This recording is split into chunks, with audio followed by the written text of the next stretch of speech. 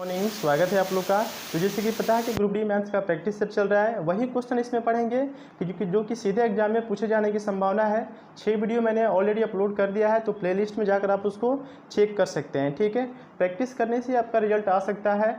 समय बहुत कम है, ठीक है। तो मैं आपको एग्जाम के डेट तक प्रैक्टिस कराते रहूँगा।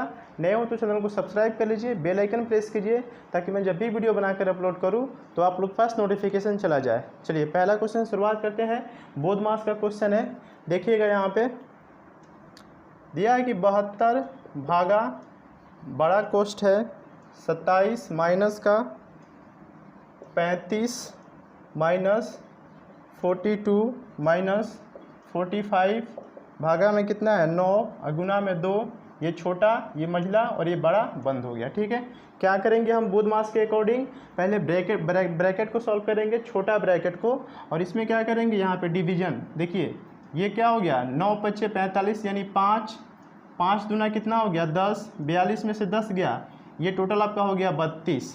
ठीक है, टोटल कितना हो गया 32, यहाँ से आया। अब 35 में से 32 जाएगा, यहाँ तक आपका आ गया 3। ठीक है, 27 में से 3 चला गया, कितना बचा 24, और यहाँ पे क्या है 72 भागा में 24 कितना हो जाएगा 3। ठीक है, जो कि ऑप्शन नंबर सी में दिया है, तो ऑप्शन सी हमारा राइट आंसर हो जाएगा। ठीक है, चलिए दूसरा क्वेश्चन देखते हैं।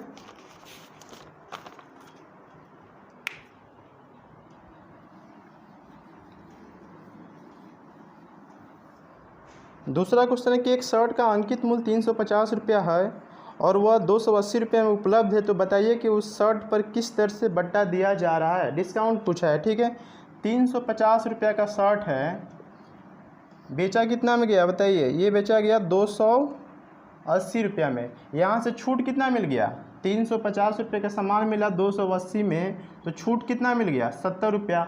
जो छूट मिला वो किस पे मिलेगा, हमेशा छूट मिलता है अंकित मूल्य पे, मार्क प्राइस पे। ठीक है, तो नीचे क्या हो जाएगा 350 गुना में क्या करेंगे 100, ये 0 से 0 कैंसिल हो जाएगा, 7 पचे 35 और 5 से कितना बार में चला जाएगा ये 20, तो 20% का डिस्काउंट हो गया।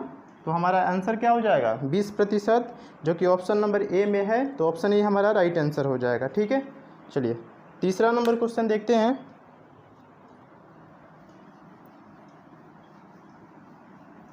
ना बेकार की बातें करेंगे, सिर्फ पढ़ाई करेंगे, सिर्फ क्वेश्चन सॉल्व करेंगे। ठीक है, कोई फालतू बात करेंगे जिससे आपका समय वेस्ट हो।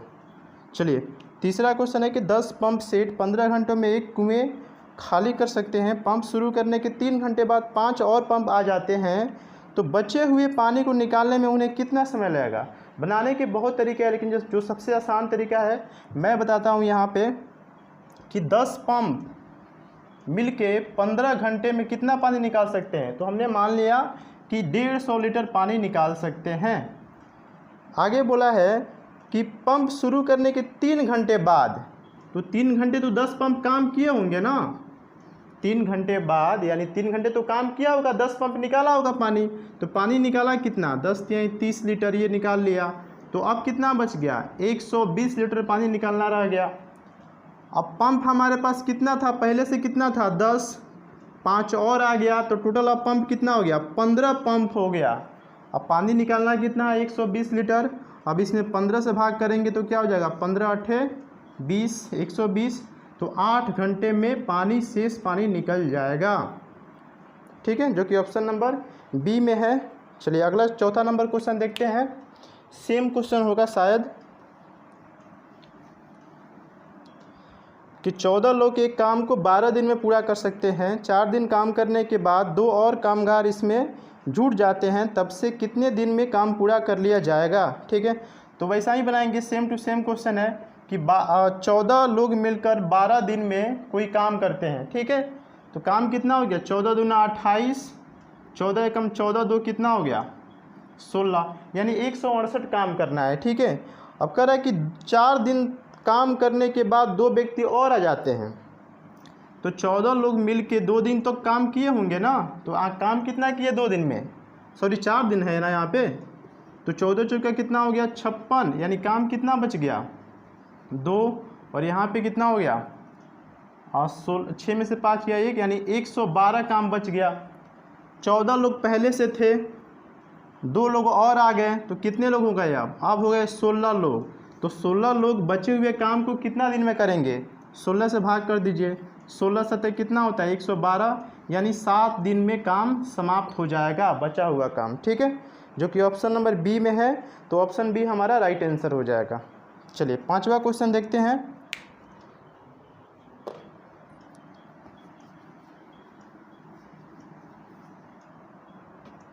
पांचवा क्वेश्चन है कि 113, 114, अच्छा इसका रेंज निकालना है। रेंज, बहुलक तथा माध्यिका ज्ञात करनी है। ठीक है, क्या क्या है हमारे पास? 113 है, 114 है, 113, 112, 115, 121, 116, 118 और 113 है। ठीक है, तो रेंज क्या होता है?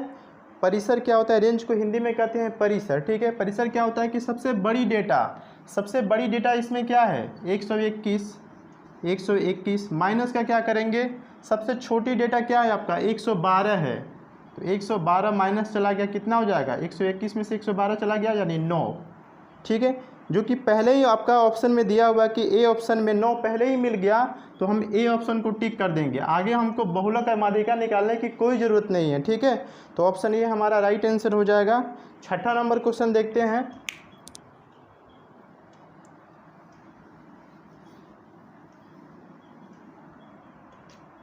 कि एक नर्सरी में 35 बच्चों को एक कॉलम में खड़ा किया गया तो 18 कॉलम बने। तो इन बच्चों के कुल 30 कलम बनाने हो तो हर कलम में कितना बच्चा खड़े होंगे? देखिए, एक कलम में कितना है? 35 बच्चे हैं, टोटल कॉलम कितना है? 18। तो टोटल बच्चों की संख्या यहाँ से निकल जाएगा। अब कह रहा है कि इन्हीं बच्चों को 30 कॉलम में खड़ा करना है, तो कितने कितने बच्चे खड़ा होंगे?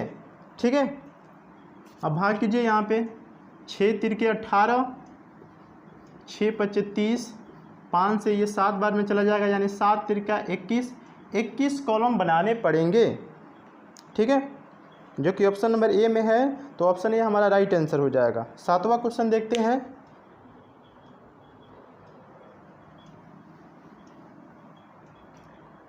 कि यदि मीनार की छाया की लंबाई इसकी ऊंचाई के √3 गुना है तो सूर्य का उन्नयन कोण कितना हो गया? बहुत ही सिंपल क्वेश्चन है, एक बार समझ लीजिएगा तो कभी नहीं भूल पाइएगा। देखिए, एक मीनार है, मीनार की ऊंचाई हो गई। ठीक है, इसका जो छाया बना वो कह रहा है कि इसमें कि ऊंचाई के √3 गुना है। अगर ये 1 मीटर है तो ये कितना हो जाएगा? √3 मीटर हो जाएगा। इसको गुना कीजिएगा तो इतना ही आएगा ना। अगर ये 1 मीटर है तो ये कितना हो जाएगा? छाया यहाँ से यहाँ तक बना तो √3 मीटर हो जाएगा। ठीक है, अब कह रहा है कि तो सूर्य का उन्नयन कोण क्या होगा? यहाँ पे थीटा का मान पूछा है कि थीटा का मान क्या होगा। तो देखिए, यहाँ पे हो गया आपका P परपेंडिकुलर यानी ऊंचाई, और यहाँ पे क्या हो गया? आधार आपका B हो गया। ठीक है, तो tan थीटा ही होता है कि जो P/B लेता है। तो tan थीटा बराबर क्या हो जाएगा? P/B। ठीक है, P का मान 1, B का मान कितना? √3 है, तो 1 में क्या करेंगे? √3। और tan थीटा कितना का मान 1/√3 होता है? ये होता है आपका tan थीटा बराबर क्या हो जाएगा? tan 30 का मान होता है।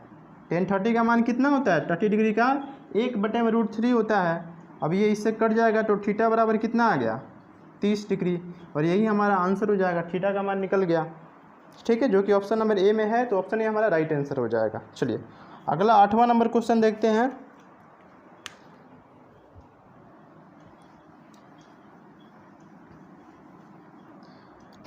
आठवां क्वेश्चन है कि एक नाव धारा की दिशा के साथ साथ 12 किलोमीटर जाने में 1 घंटा का समय लेता है।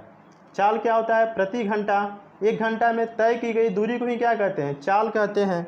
ठीक है, और लौटने में उसे 4 घंटा समय लगता है। सेम दूरी है 12 किलोमीटर, तो शांत जल में 8 किलोमीटर जाने में वह कितना समय लगा?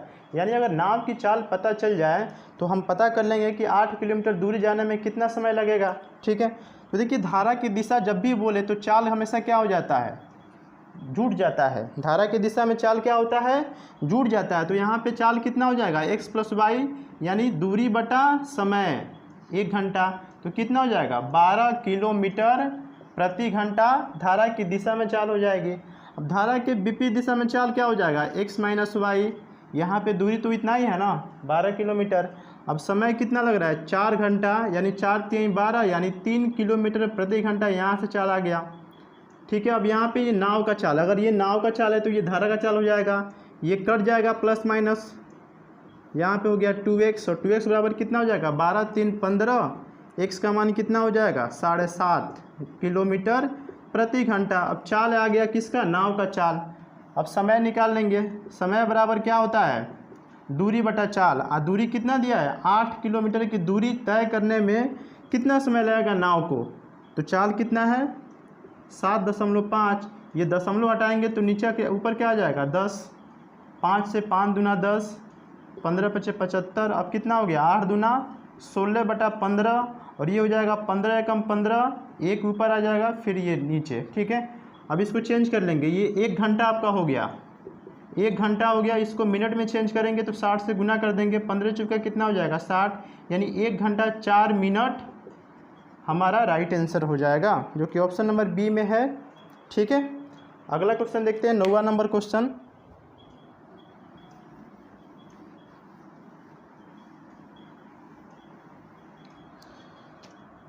कि दो संख्याओं का मतलब 20 है और लसा 1120 है, यदि दोनों संख्याओं का अनुपात 8:7 है तो बड़ी संख्या क्या होगी। इसको तो बिना बताए बिना बनाए आप आंसर निकाल सकते हैं, चूँकि 8 का मल्टीपल 8 बड़ी संख्या है रेशियो में, और 8 का मल्टीपल एक ही संख्या है 160 ऑप्शन नंबर बी में, तो ऑप्शन बी आप टिक कर सकते हैं, हालांकि इसको बना सकते हैं आप। ठीक है, देखिए एक होता है फार्मूला HCF एलसीएम में कि पहली संख्या गुना में दूसरी संख्या बराबर में होता है HCF गुना में एलसीएम। ठीक है, तो संख्या जो दिया है 8x, हम इसको 7x मान लेंगे, 8x और 7x मान लेंगे, ये रेशियो में दिया है 8 7, तो इसको संख्या बनाने के लिए हमने 8x कर लिया 7x कर लिया, और HCF यहाँ पे कितना दिया है 20, एलसीएम कितना दिया है 1120। ठीक है, अब इसको सॉल्व कर लेंगे, ये 8 से कट जाएगा, 8 एकम 8, 8 चौके 32, यानी 140 बार में, ये 7 से कट जाएगा, 7 दूना 14। ठीक है, अब एक्स स्क्वायर का मान कितना हो गया 20 गुना 20, और x का मान कितना हो जाएगा √20 गुना में 20, और x का मान कितना आ जाएगा 20। अब x का मान 20 आ गया, सबसे बड़ी संख्या पूछा तो सबसे बड़ी संख्या का अनुपात क्या है 8 है, 8 से गुना कराइए कितना हो गया 8 दूना 16, यानी 160 हमारा आंसर हो जाएगा। ठीक है, तो बिना बनाए भी आप इसको टिक कर सकते थे। 10वां नंबर क्वेश्चन देखते हैं।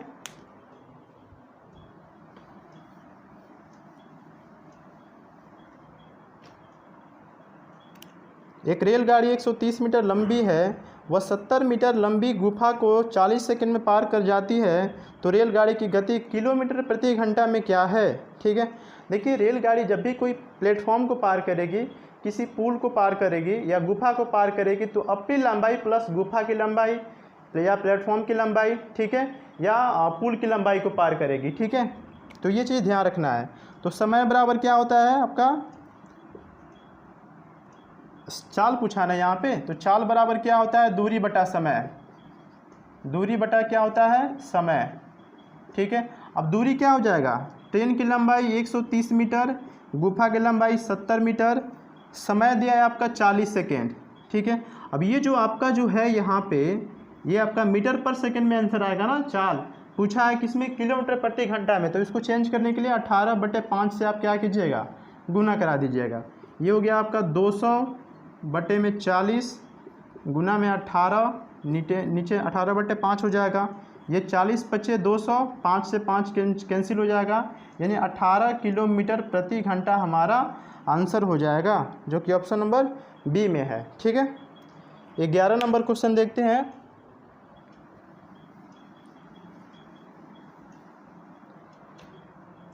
कि एक समलंब चतुर्भुज की समानांतर भुजाएं क्रमशः 8 सेंटीमीटर तथा 10 सेंटीमीटर है, यदि इसका क्षेत्रफल 90 वर्ग सेंटीमीटर हो तो समानांतर भुजाओं के बीच की दूरी क्या होगी, ऊंचाई पूछा है। ठीक है, समलंब चतुर्भुज का आपको क्षेत्रफल आना चाहिए। ठीक है, देखिए मेंसुरेशन में बिना फार्मूला के आपका नहीं बन सकता है, तो जितना अधिक से अधिक हो सके आप फार्मूला सारा का सारा रट लीजिए। ठीक है, तो समलंब चतुर्भुज का क्षेत्रफल क्या होता है 1/2, इंटू में h यानी ऊंचाई, गुना में क्या हो जाएगा, गुना में हो जाएगा समानांतर भुजाओं का योग। तो पहला भुजा कितना है 8, प्लस में कितना है 10, और ये बराबर में कितना दिया है 90, 90 दिया है। अब यहाँ से आप सॉल्व कर सकते हैं, क्या हो जाएगा 1/2, ये 2 जाके इधर गुना हो जाएगा, तो यहाँ पे 10 और 8 18 यानी 18H हो गया। और यहाँ पे कितना हो जाएगा 90 गुना में 2 यानी 180, ठीक है। 18 दहा के कितना हो जाएगा 80, यानी H बराबर कितना हो गया 10 सेंटीमीटर, ठीक है। तो ऊंचाई कितना हो जाएगा 10 सेंटीमीटर, जो कि ऑप्शन नंबर ए में है। तो ऑप्शन ए हमारा राइट आंसर हो जाएगा, ठीक है। चलिए 12 नंबर क्वेश्चन देखते हैं।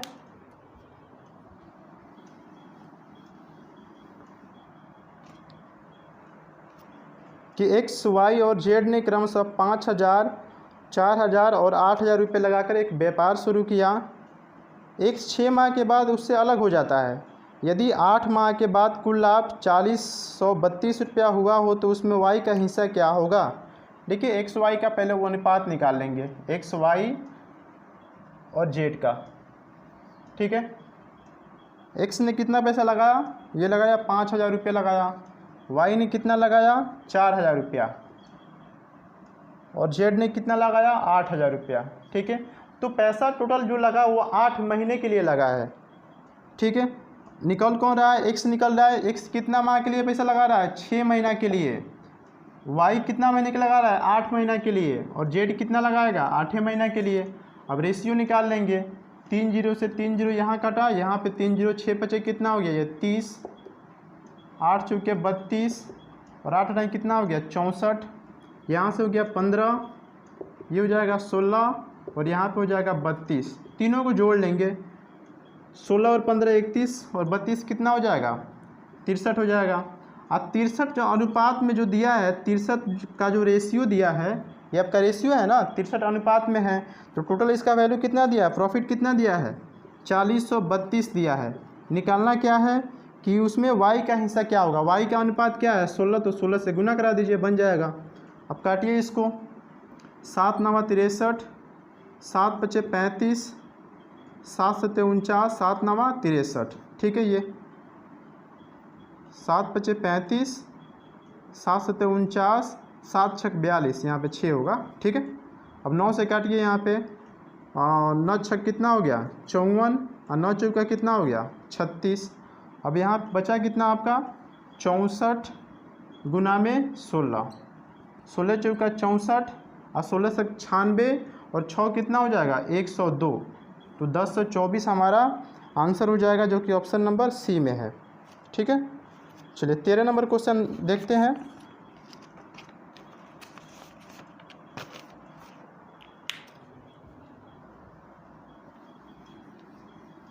दो क्वेश्चन और है हमारे पास आज के सेशन के लिए। कि एक समचतुर्भुज का क्षेत्रफल 48 सेंटीमीटर स्क्वायर है और इसमें एक विकर्ण की लंबाई 12√2 सेंटीमीटर है, तो इस समचतुर्भुज की प्रत्येक भुजा की लंबाई कितनी है, ठीक है। देखिए यहाँ पे समचतुर्भुज का क्षेत्रफल क्या होता है 1/2 इंटू में d1 इंटू में d2। अब बराबर में क्या हो जाएगा, कितना दिया है, ये दिया है 48 दिया है सेंटीमीटर स्क्वायर, ठीक है। अब यहाँ से 1/2 पहला विकर्ण कितना दिया है 12√2 गुना में d2 बराबर में कितना हो जाएगा 48, ये कटेगा 6 बार में, ठीक है। और 6 से ये कट जाएगा, 6 8 48, यानी d2 का मान कितना हो गया 8/√2 हो जाएगा।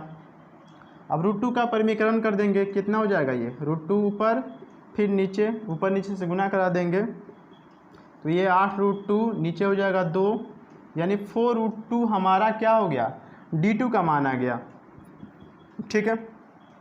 भुजा पूछा है तो भुजा बराबर क्या होता है बताइए, ये डायरेक्ट निकाल लेंगे 1/2 रूट अंडर क्या होता है d1 का स्क्वायर और प्लस में क्या होता है d2 का स्क्वायर, ठीक है। यहाँ पे क्या आ जाएगा 1/2 12 का स्क्वायर, यानी d1 का मान कितना है 12√2, तो 12√2 का स्क्वायर करेंगे। अब प्लस में क्या करेंगे 4√2 का स्क्वायर, ठीक है। ये आपका हो जाएगा 1/2 12 का स्क्वायर 144, दूना कितना हो जाएगा 288, प्लस में 4 चौका 16, दूना कितना हो जाएगा 32। अब ये हो गया 8 2 कितना हो जाएगा 10, 8 3 11 1 12, 320 हो जाएगा। अब 320 को हम क्या लिख सकते हैं बताइए, जो कि रूट के अंदर हट जाए, तो इसको 1/2 8 अट्ठाई 64, गुना में क्या कर सकते हैं 5, तो यहाँ से निकल के आ जाएगा 8 और अंदर बच जाएगा आपका 1/2 भी है ना यहाँ पे, अंदर बच जाएगा √5, ये 2 से कट जाएगा 4 बार में, यानी 4√5 हमारा भुजा हो जाएगा। ठीक है, तो वही हमारा आंसर हो जाएगा 4√5। ठीक है, चलिए लास्ट क्वेश्चन देखते हैं, 14 नंबर क्वेश्चन।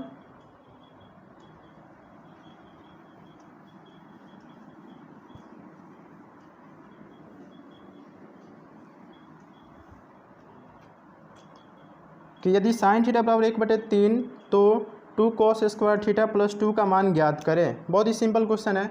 साइन थीटा का मान दिया है 1/3, पूछा क्या है कि 2 cos स्क्वायर थीटा प्लस 2 का मान पूछा है। देखिए यहाँ पे दूसरे तरीके से बना सकते हैं, लेकिन जो सिंपल तरीका वो मैं बताता हूँ आप लोग को। 2 यहाँ